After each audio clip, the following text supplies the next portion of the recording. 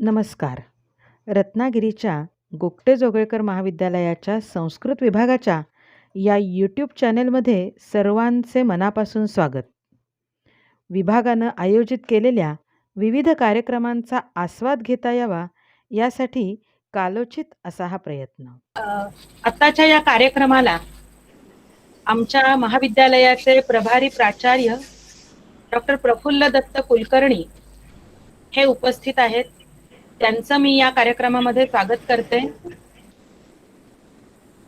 तसंच मगाशीच मी उल्लेख केल्याप्रमाणे आजच्या कार्यक्रमाची उत्सव मूर्ती आपले प्रमुख वक्ते डॉक्टर श्रीनंद बापट हे सुद्धा या कार्यक्रमामध्ये उपस्थित आहेत. या दोघांचंही मी मनापासून स्वागत करते. श्रोते म्हणून अनेक मान्यवर खरं तर इथे उपस्थित आहेत. वेळेअभावी मी त्यांची नावं घेत नाही. फक्त आमच्या महाविद्यालयाचे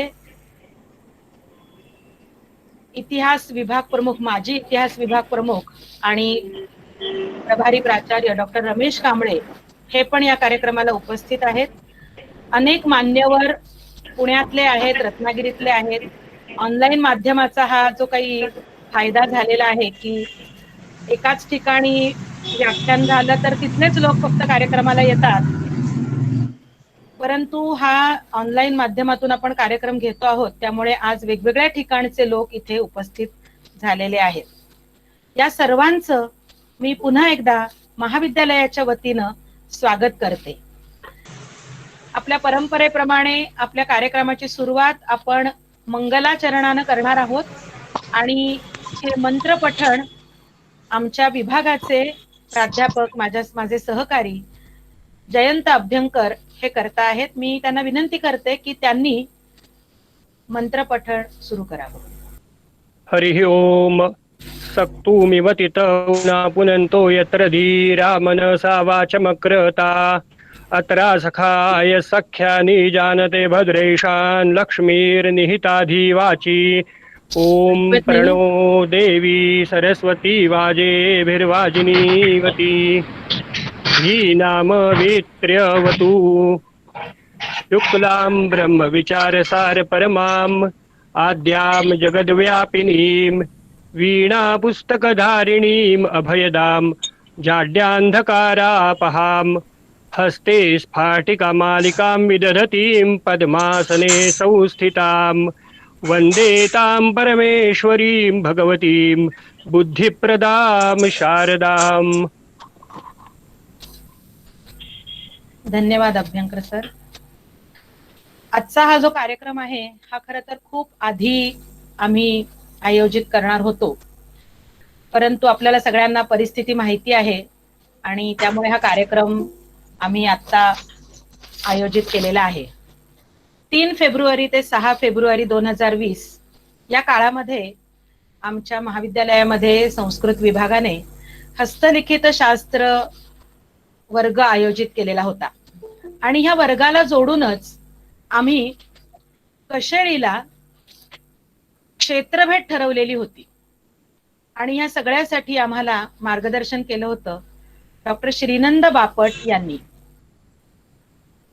ताम्रपट कसा पाहायचा, कसा त्याचा अभ्यास करायचा याच्या काही युक्त्या त्यांनी त्यावेळी आम्हाला सांगितलेल्या होत्या, परंतु या ताम्रपटाचा अभ्यास केल्यानंतर ज्या मुलांनी त्या कार्यशाळेत भाग घेतलेला होता त्या सगळ्यांनाही उत्सुकता होती की या ताम्रपटामध्ये काय आहे आणि रत्नागिरीमध्ये असलेला हा एक ऐतिहासिक ठेवा आहे, याची योग्य प्रकारची माहिती आणि ज्याला आपण म्हणूया ऑथेंटिक अधिकृत अशी माहिती मिळण्याचं माध्यम म्हणजे डॉक्टर श्रीनंद बापट यांचं व्याख्यान. आणि म्हणून हे व्याख्यान आम्ही आयोजित केलेलं आहे. जरी त्या कार्यशाळेनंतर मधला बराचसा काळ गेलेला असला तरी सुद्धा त्या कार्यशाळेला असलेले विद्यार्थी उत्सुकतेनं हे व्याख्यान ऐकायला आज उपस्थित आहेत, याचाही मला आनंद आहे.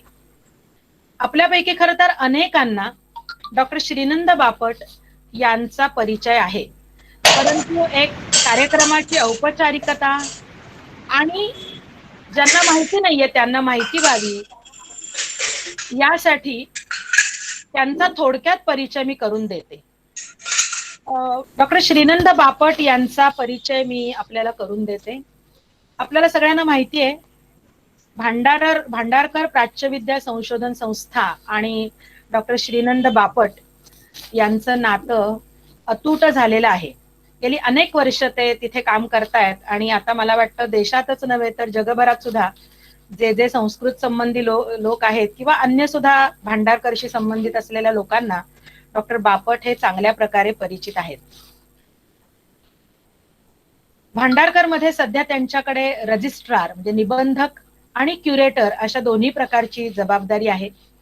गेली अनेक वर्ष जे काम करता आहेत त्या कामाचा परिणाम म्हणूया, त्याची फलश्रुती म्हटली तर आजपर्यंत जे लेखन रूपामध्ये आणि संशोधन रूपामध्ये बापट सरांनी केलेलं आहे ते संख्यात्मकच फक्त मी आता सांगू शकते कारण वेळ कमी आहे. त्यांची 2 पुस्तकं प्रकाशित झालेली आहेत. शिवाय 40 त्यांचे रिसर्च पेपर्स, लिखित शोध निबंध हे त्यांनी लिहिलेले आहेत. 6 त्यांची संपादित पुस्तकं आहेत. शिवाय 5 नाटकांचा संस्कृत अनुवाद केलेला आहे. 40हून अधिक आकाशवाणीवरती त्यांचे कार्यक्रम झालेले आहेत आणि त्यांचा विषय MA ला पुरातत्व शास्त्र हाही होता, संस्कृत हाही होता. पुरातत्व शास्त्राचा जो काही अभ्यास होता त्याच्या संदर्भानं 12 पुरातत्वीय उत्खननामध्ये त्यांचा सहभाग होता. आणि सध्याचा जो त्यांचा विशेष अभ्यासाचा विषय आहे तो म्हणजे शिलालेख, ताम्रपट हे शोधून त्यांच्यावरती संशोधन करून ते प्रकाशित करणं. असे 12 प्राचीन ताम्रपट आणि 2 शिलालेख यांचा शोध घेऊन संपादन करून त्याच्यावरचं लेखन त्यांनी प्रकाशित केलेलं आहे. टिळक महाराष्ट्र विद्यापीठ आणि चाणक्य मंडळ इथे सुद्धा ते अभ्यागत प्राध्यापक म्हणून काम करतात. आणि आतापर्यंत त्यांनी महाराष्ट्र राज्य मराठी विश्वकोश मंडळ, पुराभिलेख विभाग सल्लागार समिती आणि राष्ट्रीय हस्तलिखित मिशन भारत सरकार या 3ही संस्थांवरती काम केलेलं आहे. या क्षेत्रातला अधिकारवाणी असलेली व्यक्ती, या क्षेत्रातली अधिकारवाणी असलेली व्यक्ती म्हणून डॉक्टर श्रीनंद बापट यांचं नाव आपल्या सगळ्यांना परिचित आहे. कशेळीच्या ताम्रपटाचा जो काही अभ्यास त्यांनी केलेला आहे तो सादर करण्यासाठी ते इथे आलेले आहेत. हा कार्यक्रम प्रत्यक्ष महाविद्यालयात झाला असता तर आम्ही कदाचित त्यांचा सत्कार केला असता. आता शब्दसुमनांनी त्यांचा हा सत्कार आम्ही करतो आहोत. आणि या कार्यक्रमामध्ये यानंतर आमच्या महाविद्यालयाचे प्रभारी प्राचार्य, खरं तर अन्यथा सभेचा प्रोटोकॉल वेगळा असतो पण आता हा ऑनलाईन कार्यक्रम असल्यामुळे कार्यक्रमाच्या प्रारंभी आमचे प्राचार्य त्यांचं मनोगत व्यक्त करतील आणि मग आपल्या मुख्य व्याख्यानाकडे आपण वळणार आहोत. मी प्राचार्य डॉक्टर प्रफुल्ल दत्त कुलकर्णी यांना अशी विनंती करते की त्यांनी त्यांचं मनोगत व्यक्त करावं. नमस्कार. संस्कृत विभाग प्रमुख डॉक्टर कल्पना आठले, आजचे प्रमुख वक्ते डॉक्टर श्रीनंद बापट, रजिस्ट्रार भांडारकर प्राच्यविद्या संशोधन मंदिर पुणे, सर्व प्राध्यापक वर्ग आणि सहभागी सर्वांचे मी गोगटे जोगळेकर महाविद्यालयातर्फे स्वागत करतो. आज आपल्या समोर डॉक्टर श्रीनंद बापट यांचे ओळख कशेळीच्या ताम्रपटाची हे व्याख्यान आपण आयोजित केलं आहे. मी डॉक्टर श्रीनंद बापट यांचे मनपूर्वक स्वागत करतो आणि आज उपस्थित राहून व्याख्यान देण्याचं निमंत्रण स्वीकारल्याबद्दल महाविद्यालयातर्फे त्यांचे हार्दिक स्वागत करतो. आज आपणास या व्याख्यानाद्वारे इतिहासाचे एक नवीन दालन खुले होईल आणि आपणा सर्वांना त्याचा अधिकाधिक लाभ मिळेल अशी मला इच्छा वाटते. इतिहासाचे लेखन आणि अभ्यास हा भूतकाळासंबंधी माहिती देऊ शकणाऱ्या विविध साधनांच्यावर अवलंबून असतो. त्यापैकी एक ताम्रपट हा आहे. आज ताम्रपट हा तांब्याच्या पत्र्यावर कोरलेला एक मजकूर असतो. त्यावर प्रामुख्याने दानपत्रे आणि राजाज्ञा तसेच दूरगामी आज्ञा कोरून ठेवण्याची एक प्रथा दिसून येते. भारताला स्वातंत्र्य मिळाल्यानंतर भारत सरकारने भारतीय क्रांतिकारांना त्यांच्या बलिदानाचे गौरवार्थ ताम्रपट प्रदान केले होते. मला वाटतंय हा जो इतिहास आहे ताम्रपटाचा तो अधिक उलगडून दाखवण्याचे क्षमतेने गोष्टी आपल्या मध्ये जास्त वेळ न घेता महाविद्यालयातर्फे पुन्हा एकदा डॉक्टर श्रीनंद बापट आणि हा अतिशय स्तुत्य कार्यक्रम आयोजित केल्याबद्दल विभाग प्रमुख डॉक्टर कल्पना आठले यांना मी शुभेच्छा देतो आणि या कार्यक्रमाबद्दल सर्वांना मी शुभेच्छा देतो आणि माझे प्रास्ताविक संपवतो. धन्यवाद. धन्यवाद सर. माननीय प्राचार्य डॉक्टर कुलकर्णी सर यांना मी धन्यवाद देते की ते मुद्दाम या कार्यक्रमाला उपस्थित राहिले आणि या कार्यक्रमाबद्दल उत्सुकता दाखवली, त्याबद्दल त्यांना मनापासून धन्यवाद देते. आणि आपल्या मुख्य कार्यक्रमाकडे आपण वळूया. डॉक्टर श्रीनंद बापट यांना मी अशी विनंती करते की त्यांनी व्याख्यानाला सुरुवात करावी.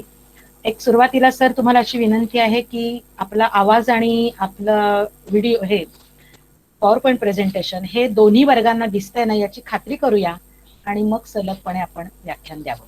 डॉक्टर श्रीनंद बापट. धन्यवाद कल्पनाताई आणि सर्व श्रोत्यांचेही मनपूर्वक धन्यवाद, कारण आपण एवढा वेळ थांबलेला आहात ऐकण्यासाठी. आणि कार्यक्रम रत्नागिरीच्या गोगटे जोगळेकर महाविद्यालयाने आयोजित केलेला आहे. त्याच्या प्राचार्यांना तसंच आणखी इतर पदाधिकाऱ्यांना, कर्मचाऱ्यांना, सगळ्यांना माझे मनपूर्वक धन्यवाद प्रथमच देतो. मुळात ज्या ताम्रपटाच्या बद्दल मी बोलणार आहे तो ताम्रपटच मुळी तुमचा आहे, हा पहिली महत्वाची गोष्ट आहे. तुमचा याचा अर्थ तो रत्नागिरीतला आहे, रत्नागिरी जिल्ह्यातला आहे. मी स्वतःही रत्नागिरी जिल्ह्यातलाच आहे मुळातला, पण तो विषय सध्या राहू द्या. आता गोष्ट अशी आहे की झालं असं की फेब्रुवारी महिन्यामध्ये आपल्या कॉलेजमध्ये एक वर्कशॉप आयोजित केलं होतं हस्तलिखित शास्त्राच्या संदर्भात, आणि त्याला जोडून आम्ही तो ताम्रपट पाहिला होता. आणि त्यामुळे खरं म्हणजे आजचा हा व्याख्यानाचा प्रसंग हा उपस्थित झालेला आहे. आज एक आणखी अत्यंत महत्वाचा दिवस आहे, तो म्हणजे भांडारकर प्राच्यविद्या संशोधन मंदिराचे माजी मानद सचिव, ज्यांनी 1939 सालापासून 1993 सालापर्यंत संस्थेचं नेतृत्व केलं, 54 वर्ष, त्या डॉक्टर राणा दांडेकरांची आज 19वी पुण्यतिथी आहे. त्यांचं निधन 11 डिसेंबर 2001 या दिवशी झालं होतं आणि त्याला आज 19 वर्ष पूर्ण झाली. त्यांनी नुसतं भांडारकर संस्थेचे नेतृत्व केलं होतं असं नव्हे, तर त्यांनी फार मोठं संशोधनाचंही कार्य हे विशेषतः वेदाच्या क्षेत्रात केलं होतं. तेव्हा त्यांच्या स्मृतीलाही मी अभिवादन करतो आणि आता बोलायला सुरुवात करतो. तर 4 फेब्रुवारीला आम्ही हा ताम्रपट बघितला आणि त्यानंतर खरं म्हणजे या सगळ्या विषयाला गती निर्माण झाली. आणि ज्या राजवंशाचा हा ताम्रपट आहे त्या राजवंशाच्या माहितीपासून आपण सुरुवात करूयात. हा जो शिलाहार राजवंश आहे तो खरं म्हणजे त्याचे 3 राजवंश ते आहेत, 3 घराणी आहेत. त्याच्यापैकीचे पहिलं घराणं ते ठाण्याला होतं आणि ठाण्याचं त्यावेळेचं नाव श्रीस्थानक असं होतं. दुसरं जे घराणं आहे ते दक्षिण कोकणामध्ये होतं आणि खारेपाटण ही त्याची राजधानी होती. आणि तिसरं जे घराणं आहे ते म्हणजे कोल्हापूरचे शिलाहार, आणि साधारणपणे इसवी सन 940 मध्ये त्या घराण्याचा उदय झाला आणि इसवी सन 1212 पर्यंत म्हणजे जवळजवळ 300 वर्ष असं म्हणायला पाहिजे की या घराण्याने दक्षिण महाराष्ट्रावर आणि कोकणामध्ये राज्य केलं. आता हे जे घराणं आहे त्याचे जे शिलालेख आणि ताम्रपट सापडलेले आहेत ते मुख्यतः कोल्हापूर, सांगली या भागामध्ये सापडलेले आहेत. सगळ्यात डावीकडचा म्हणजे पश्चिमेकडे समुद्राच्या शेजारी दिसणारा जी खूण आहे तर ते ठिकाण म्हणजे कशेळी, तर तिथल्या ताम्रपटाबद्दल आपल्याला बोलायचं आहे. हे जे कोल्हापूरचे शिलाहार होते मी मगाशी सांगितलं तसं, तर त्यांचा तो प्रथम जतिग नावाचा राजा होता, मग नाई वर्मा नावाचा राजा होता वगैरे, असे करत करत करत आपल्याला असं दिसेल हा जो शेवटचा राजा आहे द्वितीय भोज, तर त्या भोजाचा हा ताम्रपट आपल्याला बघायचा आहे. आणि हा तो कशेळीचा ताम्रपट आहे. आणि एक गोष्ट अत्यंत मला महत्वाची सांगायला पाहिजे ती म्हणजे ह्या ताम्रपटाचे फोटो मी काढू शकलो. त्याला मुख्य जो हातभार लागला तो गोगटे जोगळेकर महाविद्यालयाच्या बॉटनी विभागाचा लागला, कारण त्यांचा कॅमेरा आम्ही घेऊन गेलो होतो. माझ्याकडे त्यावेळेला कॅमेराच नव्हता आणि तो अत्यंत उत्तम कॅमेरा आहे, त्याने फोटो चांगले आले आणि ते सगळं वाचता आलं. गोष्ट अशी आहे की आणि अर्थातच कशेळीचं जे मंदिर आहे सूर्य मंदिर, त्या सूर्य मंदिराचे विश्वस्त त्यांनी सुद्धा तो ताम्रपट आम्हाला व्यवस्थितपणे दाखवला, हाताळू दिला. अनेक विद्यार्थ्यांनी सुद्धा तो त्यावेळेला हाताळला होता. आणि दुसरी महत्वाची गोष्ट म्हणजे तो ताम्रपट हा रथसप्तमीचा जो उत्सव असतो त्या उत्सवाच्या आसपास काही दिवस फक्त बाहेर काढला जातो, नाहीतर तो बँकेच्या लॉकरमध्ये ठेवलेला असतो आणि तो तसा सहजपणे बघता येत नाही. पण तो त्यांनी आम्हाला दाखवला, त्याचे फोटो घेता आले आणि त्यामुळे आजचा हा सगळा विषय उपस्थित झाला. तर हा तो ताम्रपट आहे आणि त्याची ही मुद्रा आहे डावीकडे आपल्याला दिसते, ती गरुडाची मुद्रा आहे. आणि ह्या ताम्रपटाची ही जी पहिली बाजू आहे तिथं ह्या वरती इथे देवप्रद असा शब्द लिहिलेला आहे, देवप्रद. दिनंद बापट प्रेझेंटिंग असेल आणि गाय वासरू हे आपल्याला इथे दिसतंय. त्याच्यानंतर ही त्या ताम्रपटाची मुद्रा आहे, त्याचा हा फेस आपल्याला इथे दिसतोय ऍक्च्युली. आणि ते पत्रे जे आहेत ते त्या कडीमध्ये अडकवलेले आहेत. सर्वसाधारणपणे सर्व ताम्रपट हे अशाच प्रकारचे असतात. आता ही त्या बाजूची, ह्या पहिल्या बाजूची ही मागची बाजू आहे. इथं तो ताम्रपट सुरू होतो, इथे आपल्याला शब्द दिसतोय स्वस्तिक श्री ही म्हणून. तर तिथं तो ताम्रपट सुरू होतो. त्याच्यानंतर मध्ये एक पत्रा आहे, त्या पत्र्याची ही पहिली बाजू आहे, त्या मधल्या पत्र्याची ही दुसरी बाजू आहे आणि ही तिसऱ्या पत्र्याची पहिली बाजू आहे. आणि इथे हा ताम्रपट संपतो. इथे आपल्याला दिसतंय या इथे मंगल, महा आणि खाली श्री अशी अक्षरं कोरलेली आहेत, सगळ्यात शेवटी जी आहेत ती. आणि आपण जर बघितलं तर या ताम्रपटामध्ये दंड हे चिन्ह दिलेलं आपल्याला दिसतंय किंवा द्विदंड, डबल दंड दिलेला दिसतोय.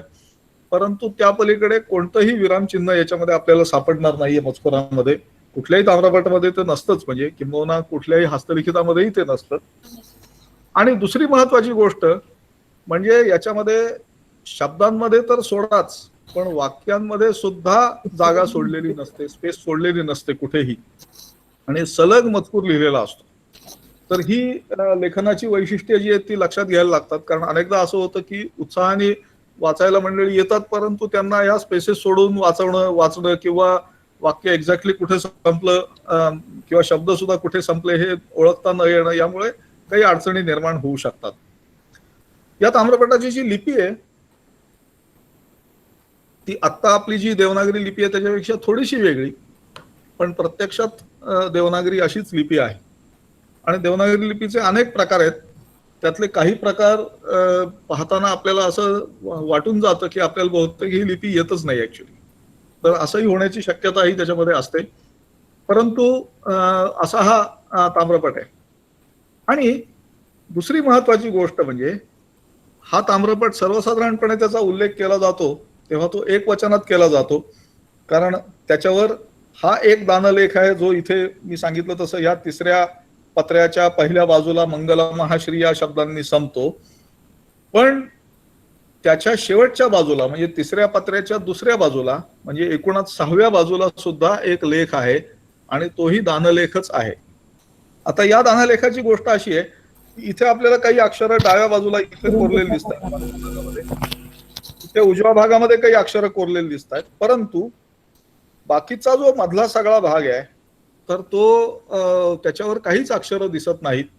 आणि ती काहीच दिसत नाहीत याचा अर्थ ती तिथं नव्हतीच असं नसून ती मुद्दाम कोणीतरी खोडून काढलेली असली पाहिजेत असं मला स्वतःला वाटतं. त्याचं कारण या इथं हा शब्द आहे, हा स्वस्ती असा शब्द आहे.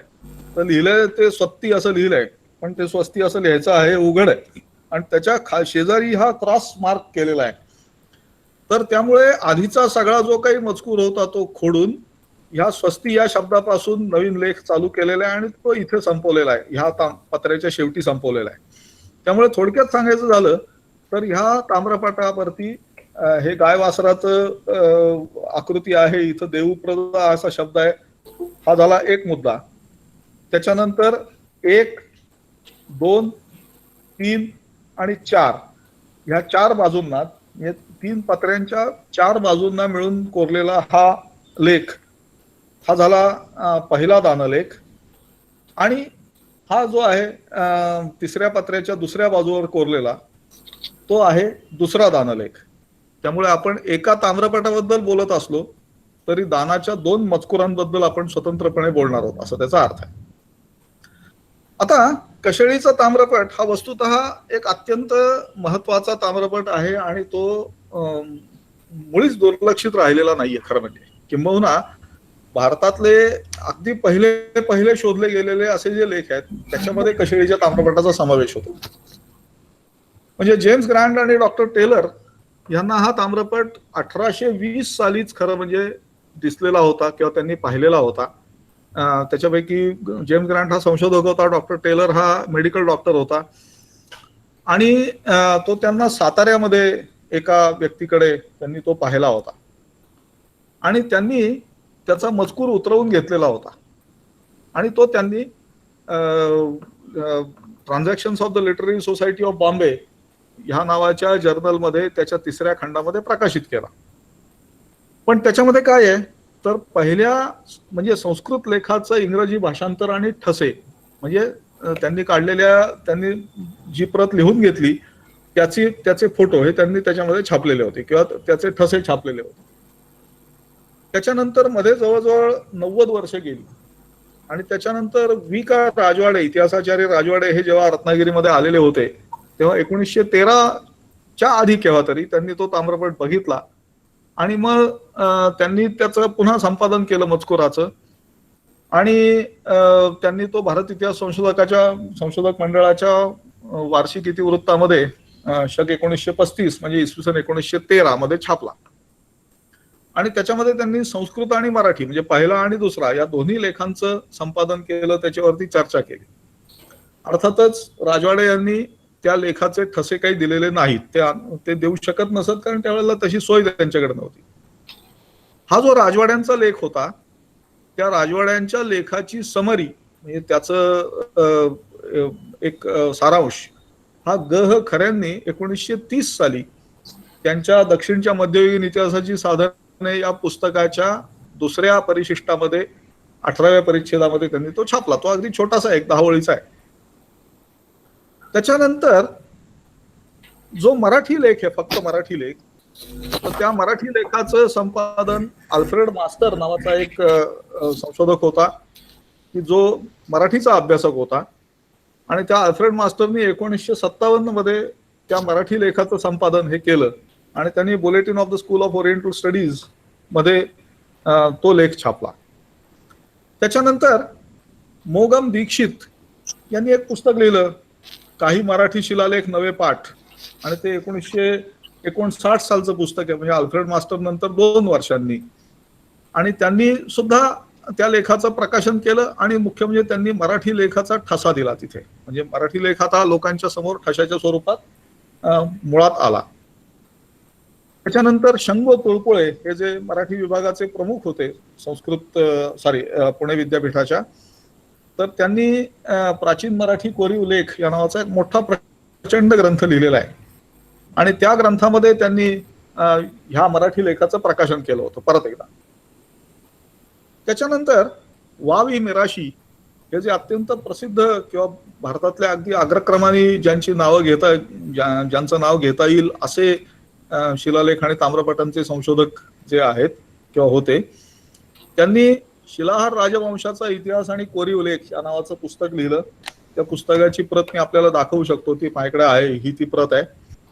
तर त्याच्यामध्ये त्यांनी यातला फक्त संस्कृतच लेख छापला आणि मराठी लेख छापला नाही कारण राजवाड्याने मिराशींचं म्हणणं असं होतं की तो जो मराठी लेख आहे त्याचा शिलाहारांशी काही संबंध नाहीये तर त्यामुळे तो घेण्याचं काही कारण नाहीये म्हणून तो त्यांनी घेतला नाही.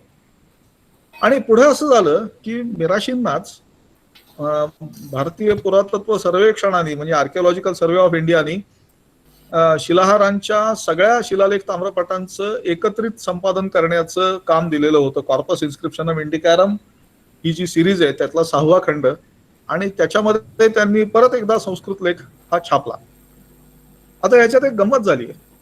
गंमत अशी आहे की वा.वी. मिराशींनी इतिहासाचार्य राजवाड्यांनी छापलेला जो लेख आहे तर त्याचा कुठलाही काय म्हणतात त्याचा कुठलाही त्याची नोंद ही त्यांनी न घेता त्यांनी जेम्स ग्रँट आणि टेलर यांच्या लेखावरून स्वतःचा लेख हा तयार केलेला आहे असं आपल्याला एकूणात दिसून येतं. आणि झालं असं होतं की त्यामुळे राजवाड्यांचं वाचन आणि प्रत्यक्ष जो लेख आहे याच्यामध्ये बराच फरक पडलेला आहे. तो कसा ते मी आपल्याला आता सांगतो.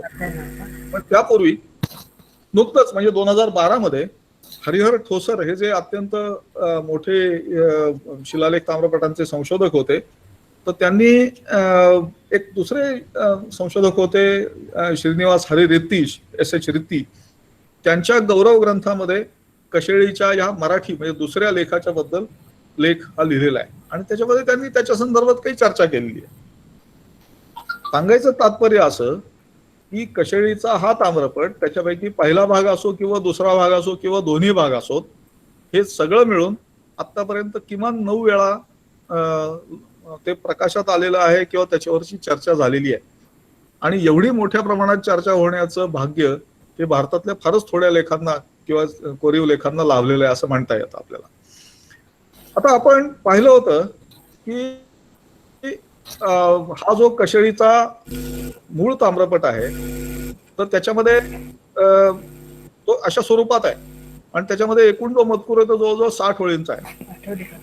पण काय झालं की अल्फ्रेड मास्टरनी त्याची लिखित प्रत तयार करून घेतलेली होती आणि त्या लिखित प्रतीचा फोटो त्यांनी दिलेला होता आणि मिराशींनी त्याच्यावर विश्वास ठेवला. त्यामुळे मिराशींची जी प्रत आहे ती अल्फ्रेड मास्टरवरून घेतलेली आणि ती 44 ओळींची आहे. त्यामुळे इथं बाण काढलाय हा आकडा 44 असा आहे.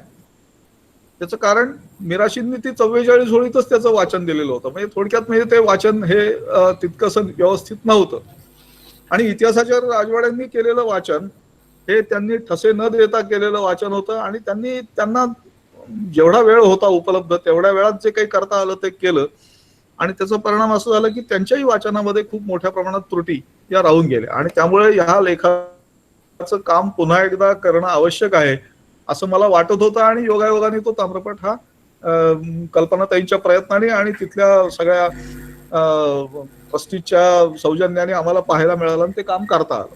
असा हा सगळा एकूण विषय आहे. आता ह्या सगळ्या गोष्टींच्या बरोबरच प्रत्यक्ष कनकादित्य मंदिराच्या देवस्थानाने सुद्धा या ताम्रपटाचा पाठ, विशेषतः त्यातला संस्कृत पाठ हा भाषांतरासकट प्रसिद्ध करण्याचा प्रयत्न केलेला आहे आणि श्रीकांत गुर्जर यांनी त्याचं संपादन केलेलं आहे. त्यांना डॉक्टर गौरी माहुलीकर यांनी सहाय्य केलेलं होतं. परंतु तरी सुद्धा काय झालंय की तो त्यांनी पाठ देताना ओळवार दिलेला नाही, तो त्यांनी श्लोकांप्रमाणे किंवा वाक्यांप्रमाणे दिलेला आहे आणि अनेक कारणांमुळे त्याच्यामध्ये अनेक त्रुटी या राहून गेल्या. तशा त्या राहू शकतात, त्यात काही फार मोठं हे नाही. परंतु तरी सुद्धा त्यामुळे काम करणं हे पुन्हा शक्य होतं किंवा म्हणजे आवश्यक होतं आणि त्याप्रमाणे आपण ते केलेलं आहे.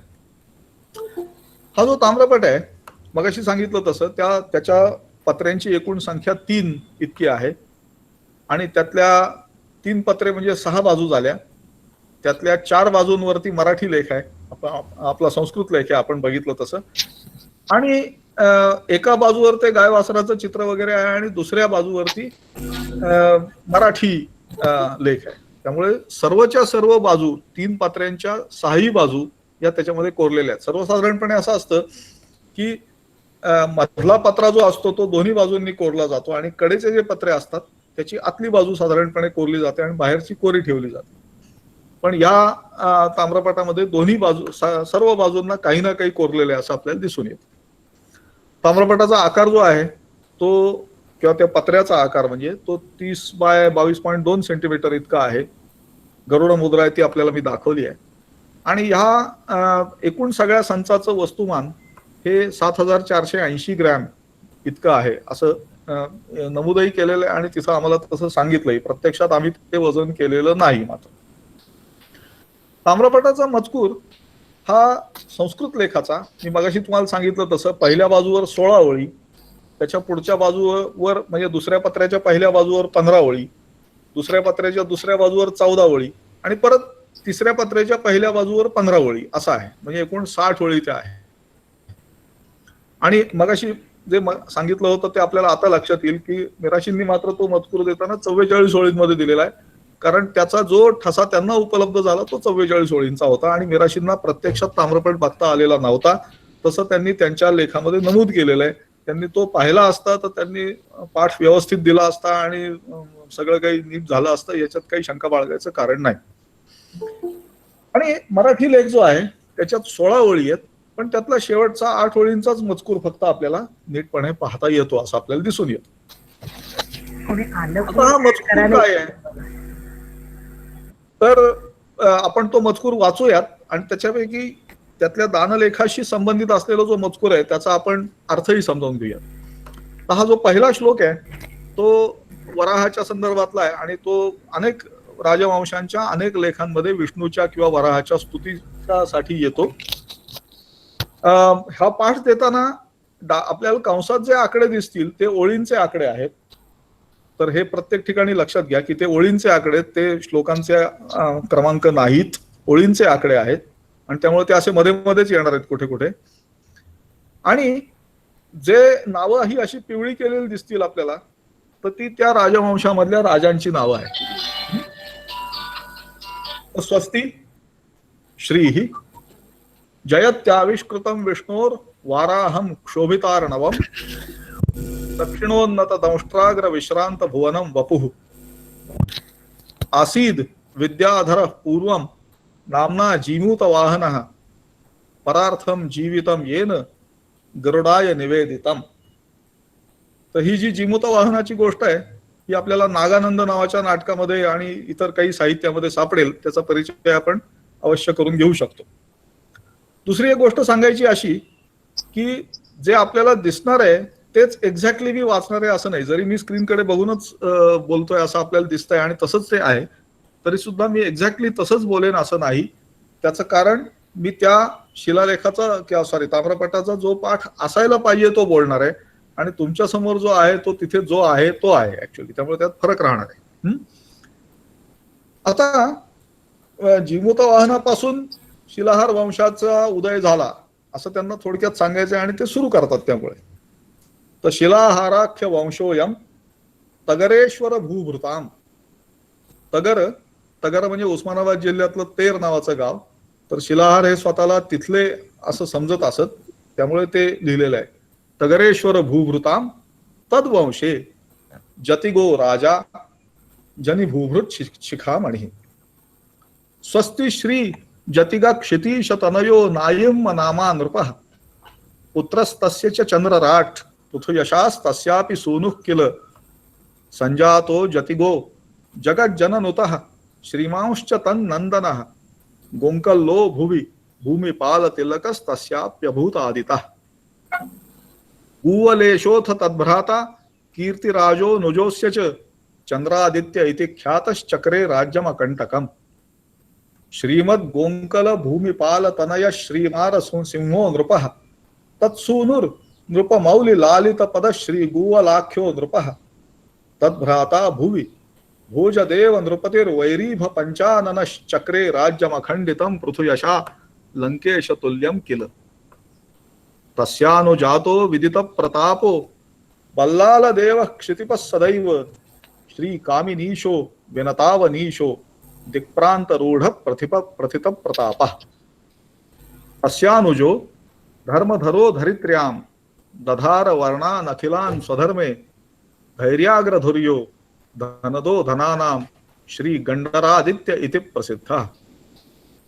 दीनानाथ दरिद्र दुःख विकल व्याकीर्ण नानाविध प्राणित्राण परायण प्रतिदिनं गुप्ताख्य दानेन यः कृष्णा जिनधेनु भूम्युभयतो मुख्यादि दान प्रदः शाश्वत ब्रह्म मति प्रवीण हृदयो भूदेव कल्पद्रुमः. तुला पुरुष दानादि षोडश क्रतुकारकः शौच गांगेय कीर्त्येक निलय स्वगुणैर्भुवि तन्नन्दनः प्रबल मंडलिकद्विपेन्द्र पंचाननो जनि जगत त्रितयै वीरः प्रत्यर्थि पार्थिव ललाट तटस्थ पाद पीठस्फुटोज्ज्वल यशा विजयार्क देवः. दानाय द्रविणार्जनम जनपरित्राणाय वीरव्रतम सत्याय प्रिय भाषणम हरिपद ध्यानाय चेतस्थितिः संपत्ति सुमनो विपद विहतये यस्य प्रकामं कविः कशक्तः कशक्तः प्रविविच्य तस्य विजयादित्यस्य वक्तुम गुणान येन स्थानक मंडले, स्थानक मंडल म्हणजे ठाणे, स्थानक म्हणजे ठाणे, येन स्थानक मंडले तदधिपाः भ्रष्टाः पुनस्थापिताः गोवायां परिनष्ट भूमिपतयः सुस्थापितास्तेजसा तत्सख्येन च चक्रवर्ती पदवीं प्रापातुलो बिज्जणः सोभूत श्री विजयार्क देव नृपतिर् वैरीभ कंठीरवः तन्नंदनस सकल दिक तटवर्ती कीर्तिर भ्रूभंग मात्र परिसाधित वैरी वर्गः विश्वंभराभर धुरीण भुजस सदैव बिभ्राजते नृपवरो भुवी भोजदेवा. त्यामुळे आधीची सगळी जी राजवंशावळी आहे त्याच्यातले सगळे महत्वाचे राजे सांगून आणि त्यांचं चांगलं स्तुतीपर असं सगळं बोलून हे आता आपला हा ताम्रपट देणारा जो राजा आहे तो म्हणजे भोजदेव त्याच्यापर्यंत येऊन पोचलेले आहेत. आता हे आधीचा जो सगळा मजकूर आहे तर त्याच्यामध्ये त्या राजांच्या गुणांची वगैरे स्तुती केलेली आहे भरपूर चांगली, परंतु प्रत्यक्षात ऐतिहासिक माहिती त्याच्यामध्ये फारशी काही येत नाही. ती येते फक्त ह्या आता जी आपण स्लाइड बघतोय त्याच्यामध्येच येते की तो विजयादित्य विजयार्क हा जो राजा होता तर त्यांनी ठाण्याला तिथले जे भ्रष्ट द्रुपदी होते त्यांना परत गादीवर बसवलं. त्याच्यानंतर गोव्याला सुद्धा त्यांनी स्वारी केली, तिथल्या राजांना जिंकला आणि त्यांना परत एकदा गादीवर बसवलं. तर हा जो उल्लेख आहे हा गोव्याचा जो उल्लेख आहे तो तिथल्या कदंब राजवंशाचा उल्लेख असला पाहिजे. पण आधीच्या राजांच्या बद्दलची ऐतिहासिक माहिती फक्त ही एवढीच आहे या सगळ्या मजकुरामध्ये, आणि म्हणून त्यामुळे आता आपण ती काही पूर्ण घ्यायला नको किंवा त्याची तशी आवश्यकता नाही. आपण जी घेऊ ती या भोजाच्या बद्दलची मात्र सगळी आपण माहिती घेऊयात. आणि मग त्याची पुन्हा विशेषण आहेत की संग्रामांगण भैरवा क्षितिभुजाम संहार भैरी रवा कीर्त्याक्रांत जगत्त्रयस्तनुभृताम निर्धूत तापत्रया श्री रत्नाप्रिय नंदना परिजना नंदैक संक्रंदना प्राप्ता शेष महीतलस्स जयतात श्रीभोज रत्नाचला.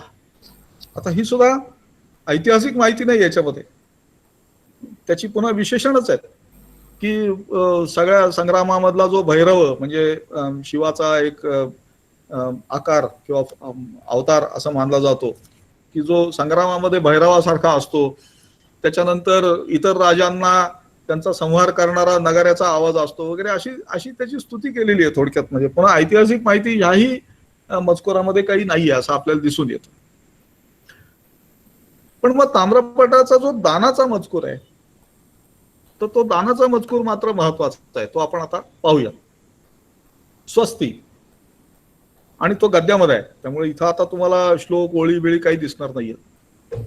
स्वस्ती समधिगत पंच महाशब्द महामंडलेश्वर तगरपुर वराधीश्वर जगत जन मनोनुराग सागर प्रवर्धन शरचंद्र श्री शिलाहार नरेंद्र विद्वज्जन मनोरथ फलप्रद पारिजात जीमूत वाहनान्वय प्रसूत विरोधी धराधीश वंश गहन दहन धूमध्वज सुवर्ण गरुड ध्वज रिपुमदेभ विदलनोत्कंठ कंठीरव मंडलिक भैरव विद्विष्ट मंडलिक पन्नग वैनतेय शौच गांगेय युवती जन मनस सम्मोहनाभिनव कंदर्प मरुवक्क सर्प क्षत्रिय शिखामणी श्री विजयादित्य देव नृसिंह साहसोत्तुंग अरे नृपाल राज्य लक्ष्मी समाकर्षण मंत्र सिद्धी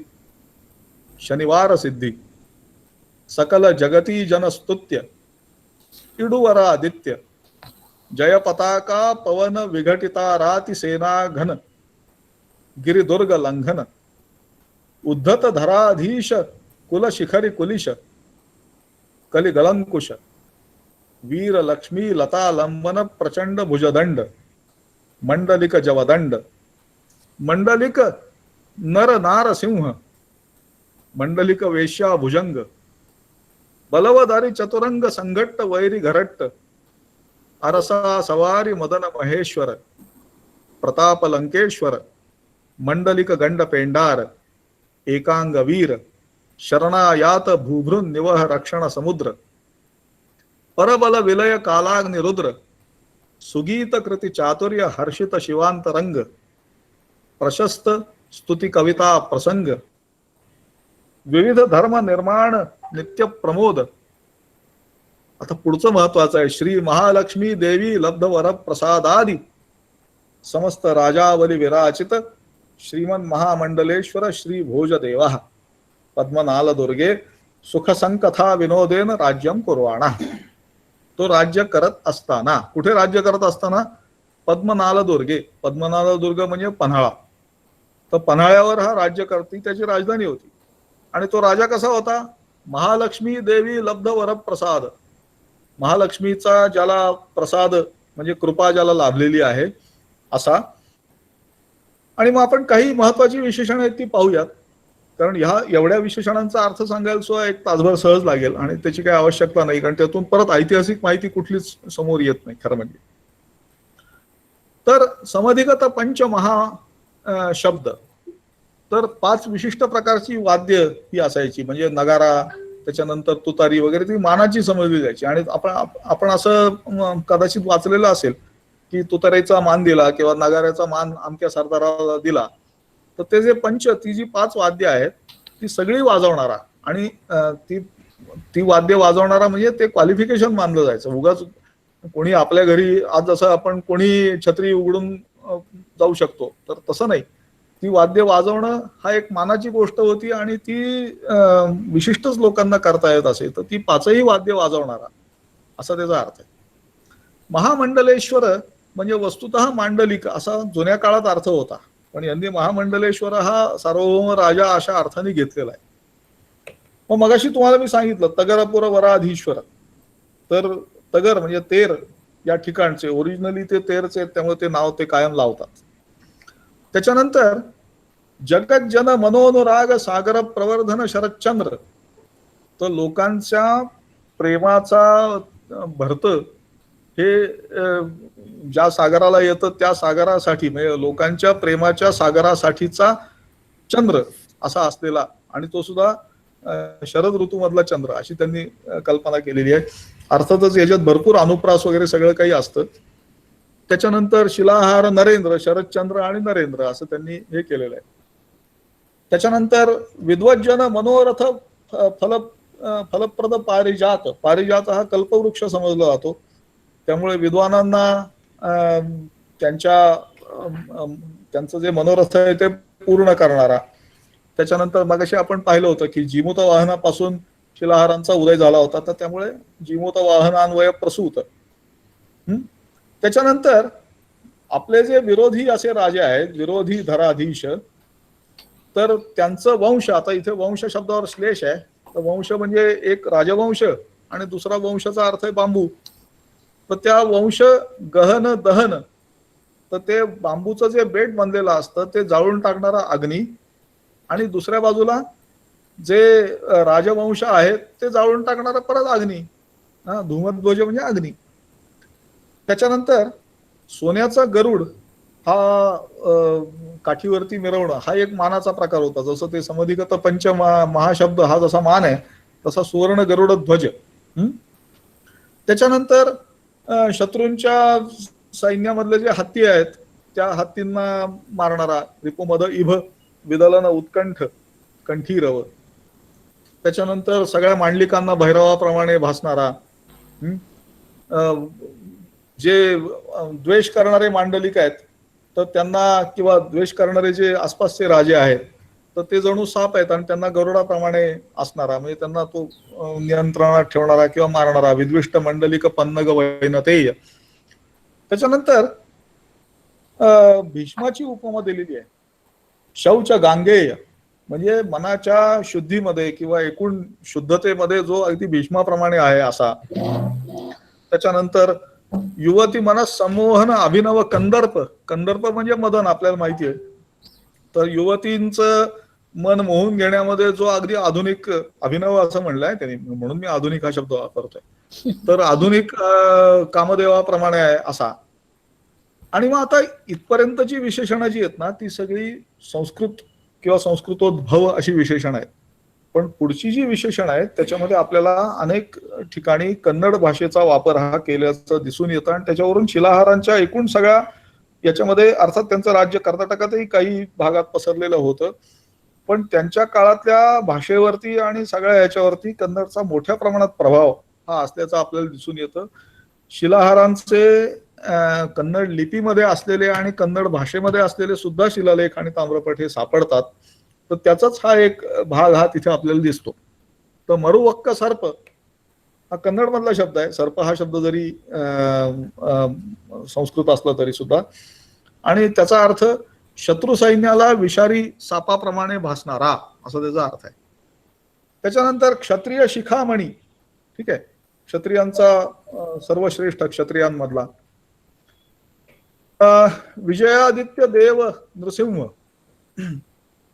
आता ह्याच्यात वंशामध्ये आधी विजयादित्य हा राजा होऊनही गेलेला आहे, पण तसं ते त्या राजाकडे न जोडता नृसिंहाप्रमाणे असणारा विजयाचा सूर्य वगैरे असं त्याचा एकूण सगळा अर्थ आहे. साहसोत्तुंग म्हणजे जो धाडसामध्ये किंवा म्हणजे काय म्हणतात प्रहार करण्यामध्ये अत्यंत श्रेष्ठ होता. आणि शत्रूंची राज्यलक्ष्मी ही आकर्षून घेण्यासाठी जणू काही त्याला मंत्रसिद्धी लाभलेली होती. म्हणजे शत्रूंच्या राज्यलक्ष्मीला, संपत्तीला जणू काही तो हिप्नोटाईज करून स्वतःच्या ताब्यात घेत असे, असा त्याचा अर्थ आहे. अरुणृपाल राज्यलक्ष्मी समाकर्षण मंत्रसिद्धी.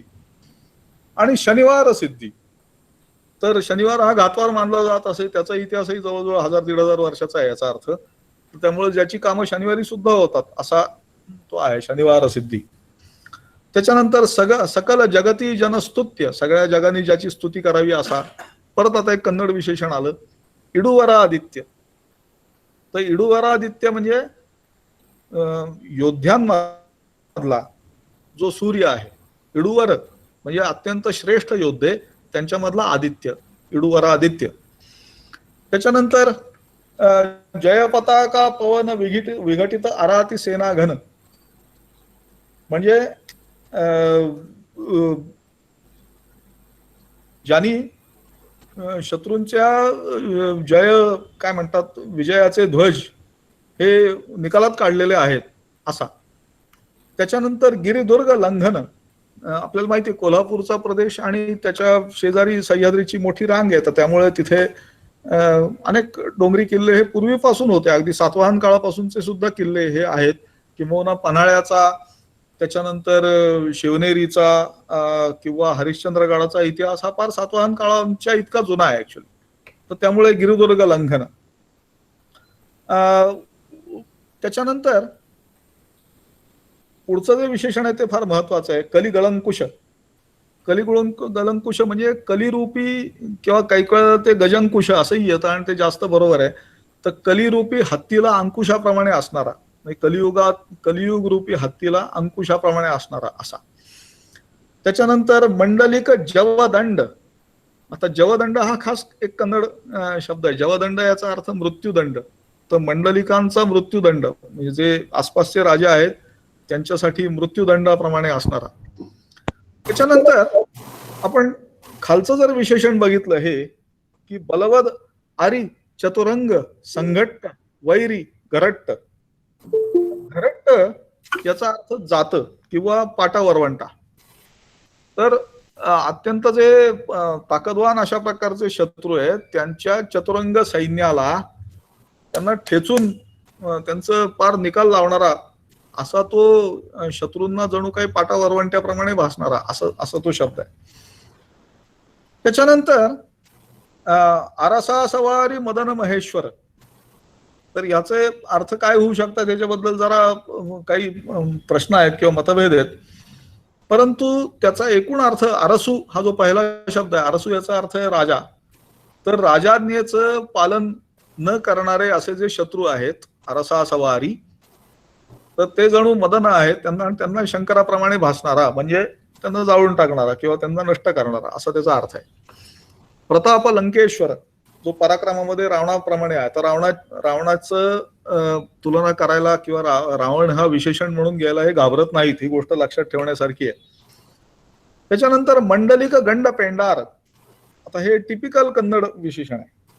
मंडलिक गंड पेंडार म्हणजे जे आसपासचे राजे आहेत किंवा मांडलिक आहेत, तर ते त्यातले श्रेष्ठ गंड म्हणजे श्रेष्ठ, तर त्यातले जे श्रेष्ठ मांडलिक आहेत ते जणू ह्याच्या पायामधल्या पैंजणाप्रमाणे आहेत. पेंडार याचा अर्थ पैंजण. तर मंडलिक गंड पेंडार, त्यामुळे आसपासच्या राजांना किंवा मांडलिक राजांना स्वतःच्या पायातल्या पैंजणाप्रमाणे वागवणारा, असा त्याचा अर्थ आहे. त्याच्यानंतर एकांग वीर, अत्यंत श्रेष्ठ अशा. आता इथे एकांगी असा मराठीतला जो त्याचा वाईट अर्थ आहे तो घ्यायचा नाहीये मात्र. आणि ही सगळी विशेषण आहेत. त्याचबरोबर शरणायात भूभृत निवह रक्षण समुद्र. तर आपल्याला शरण आलेले जे राजे आहेत, तर त्यांचं रक्षण करणारा असा किंवा त्यांच्या रक्षणासाठी तत्पर असलेला असा हा समुद्र, म्हणजे तो असं सगळं सांभाळून असं सगळ्यांना घेऊन जातो अशा प्रकारचा, असे त्याची कल्पना आहे त्याच्यामध्ये. त्याच्यानंतर परबल विलय कालाग्नी रुद्र. शत्रूंचं सैन्य आहे ते त्याचा विलय करण्यामध्ये जो अगदी कालाग्नी सारखा असणारा किंवा रुद्रासारखा असणारा असा. आणि मग त्या राजाला म्हणे गाता पण येतं असं तिथं सांगितलंय त्यांनी, किंवा कविता पण करता येतात चांगल्या. स्वतःच्या चांगल्या गाण्यांनी किंवा कृती चातुर्य म्हणजे कविता करण्यामधल्या चातुर्यानी ज्यांनी हर्षित शिवांत रंग. आता याचे अनेक अर्थ होऊ शकतात, पण ज्यांनी देवतांना प्रसन्न करून घेऊ शकलेलं आहे किंवा हे इतरांनी केल्यावर ज्याचं अंतरंग हे प्रसन्न होतं, असाही त्याचा अर्थ हा करता येईल. पुन्हा एक कवितेचं हे केलेलं आहे. आता प्रत्यक्षात राजा कविता करत होता की नाही हे माहिती नाही आपल्याला, पण अनेक राजांच्या स्तुतीमध्ये अशी ते चांगले कवी वगैरे असल्याची, वादक असल्याची, गायक असल्याची अशी अनेक विशेषणही येतात त्याच्यामध्ये. तर तशीच ही विशेषण आहे. त्याचा अर्थ दाखवा बरं, भोजानी केलेल्या कवितांचे उदाहरण दाखवा बरं, तर नाही सांगता यायची. तर प्रशस्त वस्तू कविता प्रसंग. तर त्यामुळे अत्यंत चांगल्या स्तुत्य अशा प्रकारची काव्य ही ज्यांनी केलेली आहेत असा. आणि विविध धर्म निर्माण नित्य प्रमोद. त्यामुळे धर्मकृत्य करण्यामध्ये किंवा विविध चांगल्या प्रकारचे नियम कायदे करण्यामध्ये दोन्ही प्रकारचे अर्थ घेता येतील. आपली दृष्टी काय त्याच्यावर अवलंबून आहे. हे सगळं करण्यामध्ये ज्याला आनंद होतो, पण मुख्यतः धार्मिक कार्याशी संबंधितच असा हा गोष्ट आहे. तर असा तो राजा. आता पुढची माहिती आहे ती महत्वाची, ती मगाशी सांगितली. महालक्ष्मी देवी लब्ध वर प्रसाद. आणि हे या राजांचं अगदी नित्य येणारं विशेषण आहे. ते यांच्या आधीचे जे राष्ट्रकूट राजे होते त्यांचं सुद्धा विशेषण हे बनलेलं होतं. त्यामुळे कोल्हापूरच्या महालक्ष्मीचा इतिहास जो आहे तो साधारणपणे 1200 वर्षाचा इतिहास आहे आणि त्याचं हे निदर्शक आहे. आणि अशा प्रकारची अनेक विशेषणं जी राजांना लावली जातात ती ज्याला आहेत असा, म्हणून समस्त राजावली विराजित असं म्हणलंय.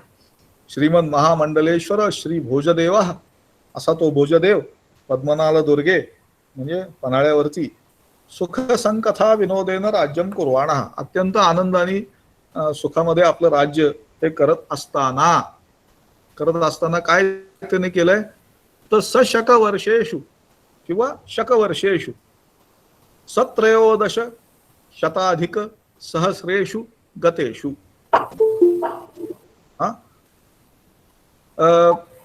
म्हणजे सहस्र बघा, ते उलट बघायचं. सहस्रेषु शताधिक म्हणजे 1000 अधिक 100 अधिक 17 अधिक 13 म्हणजे 1000 अधिक 100 अधिक 13 म्हणजे 1113 वर्ष. तर शक कालगणनेतली 1113 वर्ष गेलेली असताना वर्तमान विरोधीकृत संवत्सरे, आपल्याला माहिती आहे संवत्सरांना नावं असतात, त्याप्रमाणे विरोधीकृत संवत्सरामध्ये आषाढ शुद्ध चतुर्थ्याम, आषाढ महिन्याच्या शुद्ध चतुर्थीला बृहस्पती वारे गुरुवारी. आणि आता ह्या तिथीमध्ये खरं म्हणजे काहीच फारसं चार नाहीये. म्हणजे आषाढ शुद्ध चतुर्थी काय आणि गुरुवार काय याच्यात चार नाहीये. चार मिळतो त्या पुढच्या ह्याच्यामध्ये आहे. दक्षिणायन संक्रमण पर्व निमित्तम. दक्षिणायन संक्रांती आपण जी साजरी करतो जानेवारी महिन्यामध्ये ती उत्तरायण संक्रांती असते, तेव्हा सूर्य उत्तरायणात जातो. तशी एकेकाळी दक्षिणायन संक्रांती सुद्धा साजरी केली जात असे, किंबहुना प्रत्येक संक्रांत सुद्धा साजरी केली जाते तमिळनाडूमध्ये आजही. तर तशी ही दक्षिणायन संक्रांती ही अर्थातच जून जुलैमध्ये येते. आणि त्यांनी काय केलं तर कुमार गंडरादित्य विज्ञापनेनं, त्याचा जो राजपुत्र आहे गंडरादित्य, त्यांनी विनंती केल्यावरून तस्य अभ्युदयार्थम, त्याच्या प्रगतीसाठी किंवा त्याच्या भरभराटीसाठी काय केलं तर प्रादात त्यांनी दिलं. तस्याभ्युदयार्थम काय दिलं? अट्टविरे कंपन मध्यवर्ती कसेली ग्रामे प्रतिदिनं 12 ब्राह्मण भोजनार्थम सग्राम पिंडादान द्रव्यम सर्वं तत्रत्य गोविंद भट्ट हस्ते धारापूर्वकम सर्व नमस्यम सर्व बाधा परिहारम राजकीयानाम अनंगुली प्रेक्षणीयम आ चंद्रार्कम प्रादात. तर त्या राजानी शके 1113 मध्ये आषाढ शुद्ध चतुर्थीला गुरुवारी दक्षिणायन संक्रांतीच्या वेळेला त्याचा राजपुत्र कुमार गंडरादित्य याच्या विनंतीवरून आणि गंडरादित्याच्या भरभराटी करता अट्टविरे, अट्टवीर नावाचं जे कंपन आहे ते काय आहे ते आपण बघणार आहोत. अट्टवीर या कंपनामध्ये कसेली ग्रामे, कशेळी गावामध्ये काय दिलंय तर ते कशेली, खरं म्हणजे ग्रामे असं त्यांनी लिहिलंय पण ते कसेली ग्रामम असं पाहिजे किंवा कारण ते सगळं गावच दिलेलं आहे त्यांनी. आणि कशासाठी दिलंय तर प्रत्येक दिवशी 12 ब्राह्मणांना भोजन घालण्यासाठी त्या गावातलं सगळं महसुली उत्पन्न हे त्यांनी दिलेलं आहे. आणि त्यामुळे म्हणलंय की सग्राम पिंड आदान द्रव्यम, त्यामुळे त्या गावामध्ये निर्माण होणारी जी संपत्ती आहे त्या संपत्तीवरचा सगळा कर आणि बाहेरून येणाऱ्या आणखी काही गोष्टी असतील त्या सगळ्याच्या सकट कोणाला दिलाय? तत्रत्य म्हणजे कसेली ग्रामगत गोविंद भट्ट हस्ते. आता एवढीच ह्या गोविंद भट्ट एवढीच माहिती दिली, त्याचं आडनाव सांगितलेलं नाही, त्याच्या वडिलांचं नाव सांगितलेलं नाही, त्याचं गोत्र सांगितलेलं नाही, काही सांगितलेलं नाही. तर गोविंद भट्टाला हे कशेळी गाव त्यांनी दिलं. आणि कशासाठी दिलं तर 12 ब्राह्मण भोजनासाठी दिलं आणि या तारखेला दिलं असं तो म्हणतो. आणि सर्व नमस्यम, सर्व नमस्यम म्हणजे सर्व अधिकारांसकट सर्व बाधा परिहारम. कारण असं आहे, एकदा दान दिलं तर त्याच्यानंतर पुढचा राजा कदाचित काही आक्षेप घेऊ शकतो किंवा या राजाचे अधिकारी सुद्धा आक्षेप घेऊ शकतात. तर म्हणून कुठल्याही याच्यामध्ये विघ्न येणार नाही अशी काळजी घेऊन आणि राजकीयानाम अनंगुली प्रेक्षणीय असं म्हटलंय, ते प्रत्यक्षात अनंगुली प्रक्षेपणीय असं पाहिजे.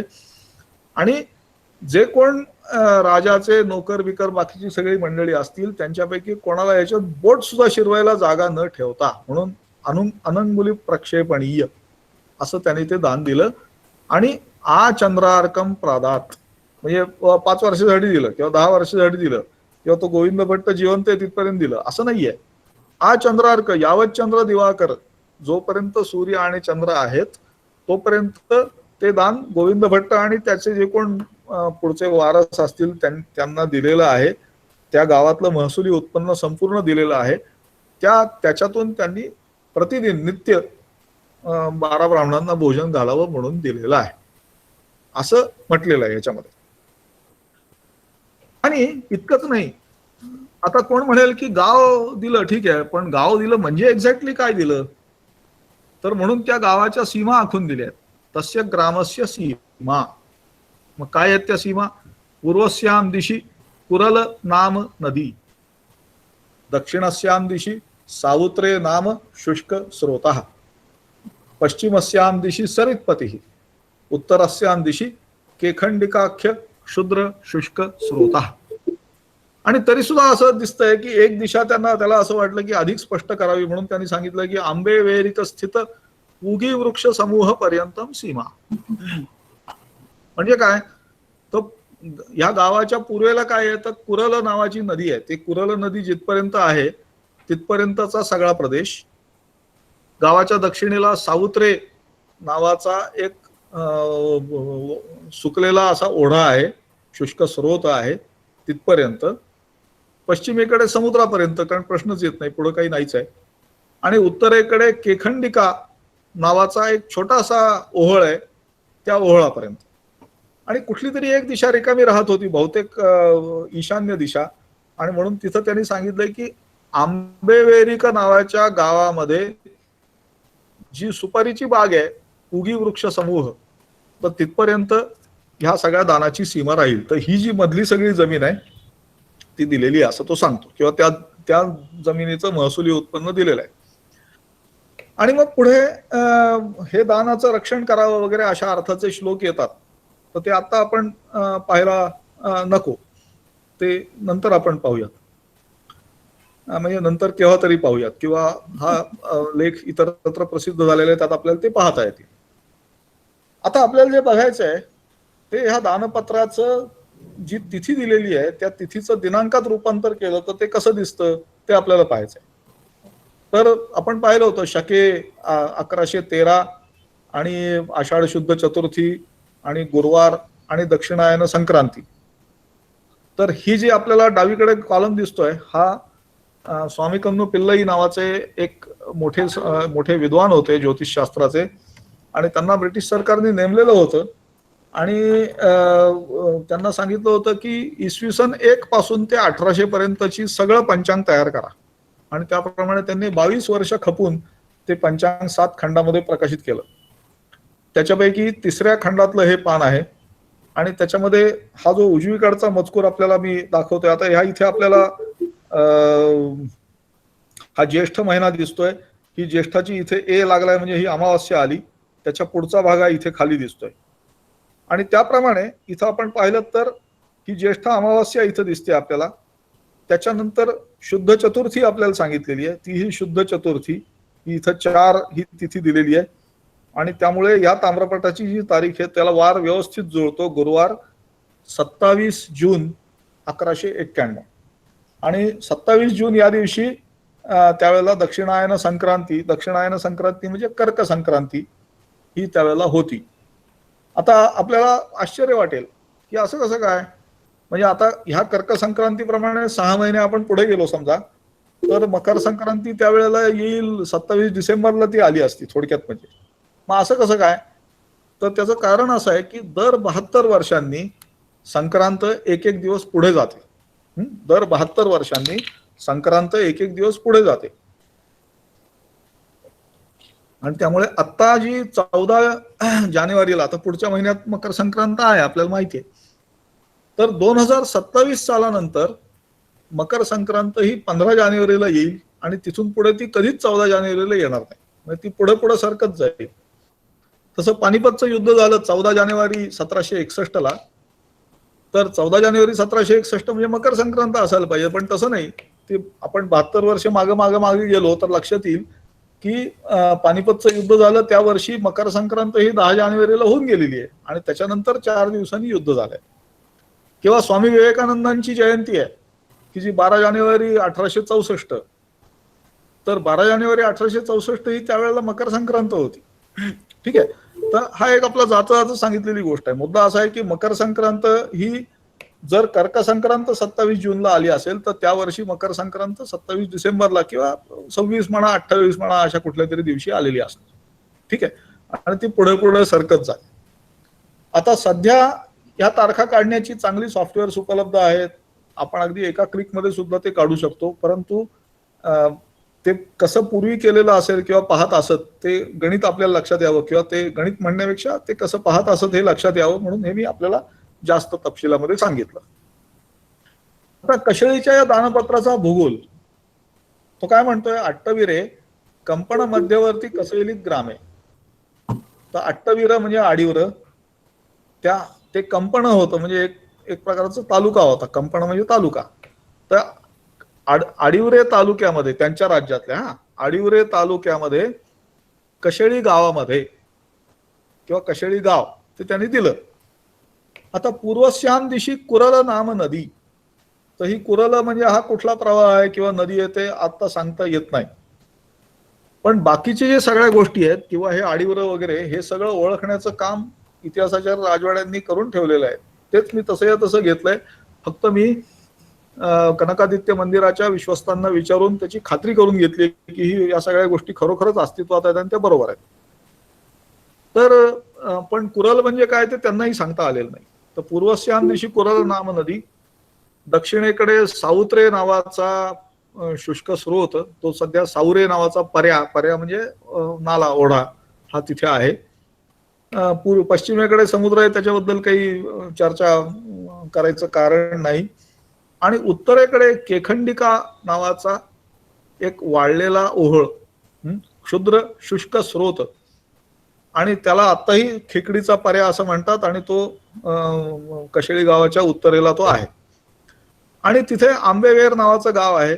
तर त्या आंबेवेरच्या सुपारीच्या बागेपर्यंत ही जमीन जी आहे ती दिलेली आहे, एवढं आपल्याला ह्या दानपत्रातून कळलं. याचा अर्थ आपल्याला काय काय कळलं, तर राजाची राजवंश कळली, वंशावळी कळली संपूर्ण. त्याच्यानंतर त्या राजाचं त्या काळात राज्य होतं, म्हणजे भोजाचं राज्य होतं हे आपल्याला कळलं. त्याच्यानंतर त्यांनी दान दिलेलं हे कळलं आपल्याला. आडिवर गाव कळलं, कशेळी गाव हे त्यावेळेला अस्तित्वात होतं हे कळलं, त्याच्या सीमा त्यावेळेला काय होत्या ते कळलं. आणि ज्या अर्थी हे दान त्यांनी कर्क संक्रांतीला दिलेलं आहे, तर त्या अर्थी ते सूर्याशी संबंधित असं असलं पाहिजे. कारण आपल्याला माहिती आहे मकर संक्रांत किंवा कुठलीही संक्रांत हा बेसिकली सूर्याशी संबंधित असलेला भाग आहे. त्यामुळे त्यांनी सूर्याशी संबंधित असलेल्या एका ज्योतिषाच्या योगावरती हे दान दिलेलं आहे, एवढं आपल्याला याच्यावरून लक्षात आलं. त्याचा अर्थ हा राजा जो आहे तो इतर देवतांप्रमाणे सूर्याची सुद्धा उपासना करत असावा, असं आपल्याला अंदाज करता येईल. ठीक आहे. आता दुसरा त्यातला भाग म्हणजे ह्या ताम्रपटाच्या जे 3 पत्र आहेत त्याच्यापैकी जो तिसरा पत्र आहे, त्या तिसऱ्या पत्राची जी दुसरी बाजू आहे त्या बाजूला असलेला लेख, आणि तो जो आहे तो रमणस मंडलिक आणि जाखण मंडलिक या दोघांचा तो लेख आहे. आणि तो मराठीत आहे, पण एक वेळ ते संस्कृत बरं, इतकं ते मराठी अवघड आहे खरं म्हणजे वाचायलाही अवघड आहे. आपल्याला दिसतंय की मी नाहीच दाखवत, आधी जाण्यात काही अर्थ नाही. ह्या मागच्या लेखाचा अक्षर इतका लख्ख आणि सगळं सारखं सरळ सोट स्पष्ट असं होतं किंवा मी आतापर्यंत स्वतः साधारणपणे 20 ताम्रपट हाताळलेले, स्वतः हाताळले. त्याच्यामध्ये इतका स्पष्ट आणि शुद्ध लिहिलेला दुसरा कुठलाही ताम्रपट मी बघितलेला नाही. ठीक आहे. स्तुती करायचं मला काही कारण नाही, विनाकारण स्तुती करायचं, ती वस्तुस्थिती ती आपल्याला सांगतो. म्हणजे हा ताम्रपट म्हणजे संस्कृत दानपत्र, त्याच्याबद्दल मी बोलत होतो. आता मी जे सांगतोय ते या मराठी दानपत्राबद्दल बोलतोय, आणि ते मात्र तितकं काही चांगलं लिहिलेलं नाहीये हे आपल्याला नुसतं एका नजरेत सुद्धा समजू शकेल. त्याशिवाय इथे काही अक्षर आपल्याला दिसत आहेत, इकडे काही अक्षरं दिसत आहेत, आणि मध्ये मात्र सगळं ब्लँक दिसतंय. आणि मला स्वतःला तरी असं वाटतं की ते काही चुकून ब्लँक राहिलेलं नाही, ते सगळं खोडून काढून इथे नव्याने पुन्हा काही करण्याचा प्रयत्न हा केलेला आहे असं एकूण दिसतं. आता हा लेख आपल्याला काय सांगतो, ही काही वाचताच येण्यासारखं नाही. ही जेमतेम काही अक्षर वाचता येतात, ती वाचण्यामध्ये काही फारसा तसा अर्थ आहे असं नाही. स्वस्ती पहिला दिसतो तो ठीक आहे, आणि बाकी काही अक्षरं दिसतात. पण याच्या 9व्या ओळीपासूनचा मजकूर मात्र आपल्याला दिसतो, आणि तो काय आहे, तर तो स्वस्ती श्री शैलाहारे. आता यातले शुद्ध लेखन वगैरे तुम्ही सोडून द्या संपूर्णपणे. ठीक आहे. जीमूत वाहनान्वय श्री हरिपाल देव विजय राज्ये, काहीतरी देव पवी काहीतरी मंडलिक पितामह श्री वैजुनायके अनंतरे रमणस मंडलिके ही ग्राम देवनास्वरम, काय नाही कळत काही. तद्भ्राता कांदेव सुत श्री महामंडलेश्वर श्री जाषण म्हणजे जाखण मंडलिके जीर्णोद्धारू केला. हा यातला सगळ्यात महत्वाचा मुद्दा आहे की शिलाहारांच्या राज्यामध्ये हरिपाल देव नावाचा राजा राज्य करत असताना, आता प्रॉब्लेम असा आहे की हरिपाल देव नावाचा राजाच नाहीये कोणी, पण शक्यता अशी आहे की या शिलाहारांचा कोणीतरी एक मांडलिक हा असेल आणि तो राज्य करत असेल. तर त्याच्यामध्ये वैजुनायक नावाचा एक त्याचा एक आणखी उप अधिकारी मांडलिक कोणीतरी असेल, आणि त्याच्यानंतर रमणस मंडलिक म्हणजे या नावाचा जो मांडलिक आहे, आणि त्याचा भाऊ कामदेव, कामदेव असं लिहिलंय, त्याचा अर्थ कामदेव, कामदेव, ते तो नाव तसं येतं, कामदेव, कामदेव, कामदेव, कामदेव असे वेगवेगळ्या प्रकारे येतं, पण त्याचा अर्थ कामदेव असाच असतो. तर त्या कामदेवानी, सॉरी, त्या कामदेवाचा मुलगा म्हणजे महामंडलेश्वर जाखण मंडलिक. त्यामुळे रमणस मंडलिक आणि जाखण मंडलिक हे काका पुतणे असले पाहिजेत असं एकूण याच्यावरून दिसतं. कारण रमणस मंडलिक तद्भ्राता कामदेव सुत जाखण मंडलिक. त्यांनी जीर्णोद्धार केला. कशाचा केला नाही सांगितलेलं तिथे काही, पण शक्यता अशी आहे की राजांनी हे सूर्याच्या संदर्भामध्ये किंवा सूर्याच्या दिवशी, सूर्याच्या सणाच्या दिवशी म्हणजे कर्क संक्रांतीला जे दान दिलेलं आहे, त्या काळात तिथे सूर्य उपासनेची परंपरा असली पाहिजे म्हणून ते दान त्यावेळेला दिलेलं आहे. आणि त्याच्यानंतर केव्हा तरी किंवा त्या काळात केव्हा तरी जे कशेळीचं सूर्य मंदिर आहे ते उभं राहिलेलं असलं पाहिजे आणि त्याचा जीर्णोद्धार हा या रमणस मंडलिक आणि जाखण मंडलिक यांनी केलेला असला पाहिजे. आता असे जीर्णोद्धाराचे लेख असतात, म्हणजे कदाचित असं असतं की देवळाच्या मूळ निर्मितीचा लेख नसतो पण जीर्णोद्धाराचा असतो. तर अशी जीर्णोद्धाराच्या लेखांची उदाहरणं आहेत. म्हणजे ते आता मंदसौर नावाचं एक ठिकाण आहे जिथं सूर्य मंदिर होतं, त्याचा जीर्णोद्धाराचा लेख उपलब्ध आहे. त्याच्यानंतर पंढरपूरच्या विठोबाच्या देवळाचा निर्मितीचा पण लेख आहे, पण जीर्णोद्धाराचा पण लेख आहे. पंढरपूरचा जो प्रसिद्ध 84चा शिलालेख म्हणतात तो त्याच्या जीर्णोद्धाराचा एक प्रकारे लेख आहे असं म्हणता येत. तर ह्या रमणस मंडलिक आणि जाखण मंडलिक या दोघांनी जीर्णोद्धार केला. आता तो त्यांनी केव्हा केला तर शकवर्षेषु शते द्वादशम एका, म्हणजे 1201 ह्या शकवर्षामध्ये प्रमाथी संवत्सरे भाद्रवदी अष्टमी दिली त्यांनी, बुधे. आता परत एकदा दक्षिणायनामध्ये पण कन्यागते संक्रांती पर्वे. आता हे संस्कृत सारखं मराठी लिहिण्याचा प्रयत्न केलाय त्यामुळे असं ते सगळे ए दिसत आहेत, ते त्यामुळे दिसत आहेत. प्रमाथी संवत्सरे भाद्रपद वदी अष्टम्याम म्हणजे बुधे दक्षिणायने कन्यागते संक्रांती पर्वे. आणि त्यांनी काय केलं तर त्यांनी ह्या नागनवा म्हणजे काय ते माहित नाही, लिहिले नागनवाच, राजवाड्यांनी ते वाचले भागवता असं. तर त्या माधव भट भागवत याला हस्तोदकम त्याला त्यांनी काहीतरी दान दिलं, नेमकं दान काय दिलं ते याच्यावरून समजत नाहीये काही. आणि हा सगळा मजकूर लिहिला कोणी, लिहून काढला ना कोणीतरी, तर तो शेणवई हरिदेवे, हरिदेव शेणवी नावाच्या माणसाने हे दान जे आहे ते लिहून घेतलं किंवा त्यांनी जीर्णोद्धार केला हे त्यांनी लिहून घेतलं, नमूद करून ठेवलं. आणि त्या माधव भटाला त्यांनी काहीतरी दान दिलं हेही त्यांनी नमूद करून घेतलं. आणि उतकटित कांतापुरी चैन वज्जन सोनारे हे ते तो मजकूर चुकून माझ्या हातून दोनदा पेस्ट झालाय तिथे, त्यामुळे ते मजकूर डबल दिसतोय, प्रत्यक्ष ताम्रपटावर तसा नाही येतो. आणि हे सगळं लिहून काढलं कोणी, त्या हरिदेव शेणवी नावाच्या माणसाने लिहून काढलं. त्याचं अक्षर काही फारसं चांगलं नाही याचा अर्थ. आणि कांतापुरी म्हणजे कदाचित कोतापूर असू शकेल, तर तिथला जो वज्जन सोनार नावाचा जो सोनार होता त्याने ते कोरलं असं एकूण या लेखानी आपल्याला सांगितलेलं आहे. तेव्हा तात्पर्य असं आहे की कशेळीची सूर्याच्या उपासनेची परंपरा किंवा कदाचित सूर्य क्षेत्र म्हणून त्याला असलेली मान्यता ही त्या मनाने जुनी आहे. आणि तिथं मंदिर बांधलं गेलं आणि त्या मंदिराचा जीर्णोद्धार झाला असा हा लेख आहे. आता या मराठी दानपत्राचा दिनांक काय आहे मग तर त्यांनी काय म्हणलंय की शके 1201 म्हणजे 78 वर्ष त्याच्यात ऍड करायची म्हणजे 1279. प्रमाथी नाम संवत्सर त्यावेळेला होतं का होतं. त्यातला भाद्रपद महिना हा इथं आपल्याला भाद्रपद महिना दिसतो, या इथे बघा डाव्या कॉलम मध्ये इथं दिसतोय भाद्रपद. त्याच्यातल्या वद्य अष्टमीला, पण भाद्रपद वद्य अष्टमीला काही महत्व नाही, म्हणजे त्या तिथीला काही महत्व नाही. जसं तिकडे चतुर्थीला काही महत्व नव्हतं तसंच इथं भाद्रपद वद्य अष्टमीलाही काही महत्व नाहीये.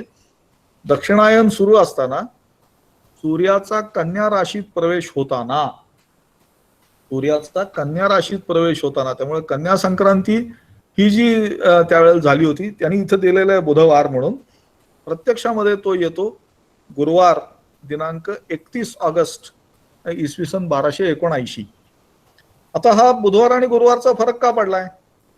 तर गोष्ट अशी आहे की ही जी तिथी आहे ही बरोबर आहे, ही तिथी बरोबर आहे, पण वार देताना सहसा एका वाराचा घोटाळा होऊ शकतो, कारण तिथी मध्येच केव्हा तरी सुरू होते आणि वार सूर्योदयाला सुरू होतो मात्र. त्यामुळे एका वाराचा घोटाळा होऊ शकतो, तसा इथे झालेला आहे. त्यामुळे तिथी बरोबर आहे, वारही त्यांचा बुधवार लिहिलेला असला तरी तो गुरुवार आहे, तो बरोबरच धरला जातो. आणि त्यामुळे बुधवार किंवा गुरुवार म्हणजे खरं म्हणजे गुरुवार दिनांक 31 ऑगस्ट इसवी सन 1279 हा या दुसऱ्या दानपत्राचा दिनांक आहे. तात्पर्य असं की ह्या ताम्रपटांवरून ह्या दोन्ही लेखांवरून आपल्याला दिसलं काय, तर आपल्याला परत एकदा सांगतो, शिलाहार वंशाची आपल्याला वंशावळ त्यात समजली. त्यातला भोजदेव हा राजा समजला. त्यांनी इसवी सन 1191 मध्ये केलेलं दान हे आपल्याला समजलं. ते सूर्याच्या साठी आहे हे आपल्याला समजलं, कारण ते कर्क संक्रांतीला केलेलं आहे.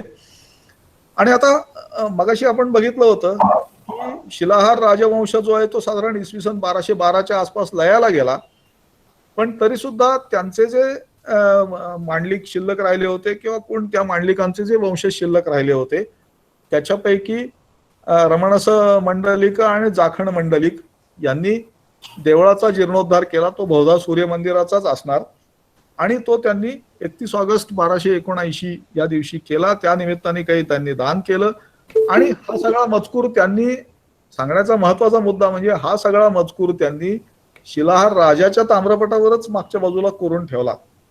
जर शिलाहार राजे खरोखरच राज्य करत असते तर अशा पद्धतीने तो त्याच ताम्रपटावर नवीन मजकूर कोरून ठेवला मागच्या बाजूला, असं करण्याचं धाडस हे या रमणस मंडलिका आणि जाखण मंडलिकांनी केलं नसतं. ते त्यांनी केलं याचाच अर्थ शिलाहार वंश हा त्यावेळेला अस्तित्वात नव्हता. पण हा जुना चांगला लेख आहे आणि तो महत्वाचा लेख आहे आणि तो अर्थात ज्याला तो मिळालेला आहे त्याच्या दृष्टीने तो महत्वाचा असला पाहिजे. त्यामुळे आपलं दान त्यांनी ह्या ताम्रपटाच्या मागच्या बाजूला कोरून ठेवलं. तर त्यामुळे अशा वेगवेगळ्या गोष्टींवरती यातून प्रकाश पडतो.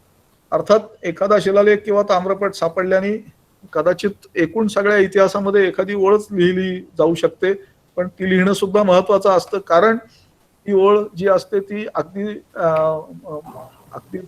विश्वसनीय अशा मौलिक अशा पुराव्यावरती आधारलेली असते. आणि एकूण ताम्रपटांचं आणि शिलालेखांचं या सगळ्या इतिहासाच्या क्षेत्रामधलं जे योगदान आहे ते एक्झॅक्टली हेच आहे की ते अगदी मूलभूत अशा स्वरूपाची माहिती ही आपल्याला पुरवतात. त्यामुळे पुन्हा एकदा गोपटे जोगळेकर महाविद्यालय, डॉक्टर कल्पना आठले, त्याच्यानंतर कनकादित्य मंदिराचे विश्वस्त, कॉलेजचा बॉटनी विभाग आणि इतर सगळे जे सहकारी आहेत ते सगळे, या सगळ्यांना मी पुन्हा एकदा धन्यवाद देतो. आणि पुन्हा त्या ताम्रपटाच्या शेवटच्या शब्दांनीच माझ्या बोलण्याचा शेवट करतो. मंगल महाश्री. नमस्कार. मी स्नेहा, संस्कृत विभागातील सहाय्यक प्राध्यापिका. बापट सरांनी आज आपल्याला सर्वांगीण ओळख करून दिलेली आहे ताम्रपटाची. त्याबद्दल मी सर्वप्रथम डॉक्टर श्रीनंद बापट यांचे मनपूर्वक आभार मानते. तसेच गोपटे जोगळेकर महाविद्यालयाचे प्राचार्य डॉक्टर प्रफुल्ल दत्त कुलकर्णी यांचेही मी आभार मानते. तसेच कला शाखा प्रमुख आणि संस्कृत विभाग प्रमुख ज्या या सगळ्याच्या आयोजिका आहेत आणि आमच्या प्रेरणास्थान आहेत त्या आठले मॅडमचे मी आभार मानते. आणि सगळ्यात महत्त्वाचा म्हणजे हा श्रोतृवर्ग ज्यांच्यामुळे हे व्याख्यान अतिशय सुंदर झालं आहे, अशा श्रोतृवर्गाचे मी आभार मानते. धन्यवाद.